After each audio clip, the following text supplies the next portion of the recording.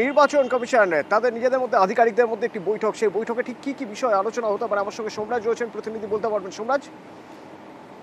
দুপুর 3:30 থেকে গুরুত্বপূর্ণ বৈঠকে বসছে নির্বাচন কমিশন। শুধুমাত্র এই রাজ্যের গণনা নিয়েই বৈঠক করবেন জাতীয় নির্বাচন কমিশনের স্পেশাল ডেপুটি ইলেকশন কমিশনার।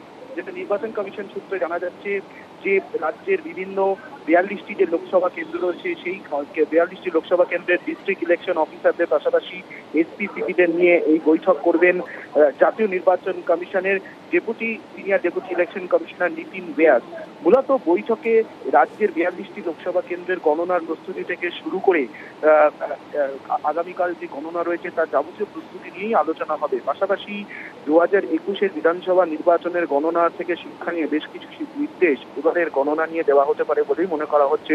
সাম্প্রতিক সময় এই প্রথম গণনা নিয়ে জাতীয় নির্বাচন কমিশনের তরফে সরাসরি ভার্চুয়াল বৈঠক করা হবে, যা নিঃসন্দেহে তাৎপর্যপূর্ণ হতে চলেছে।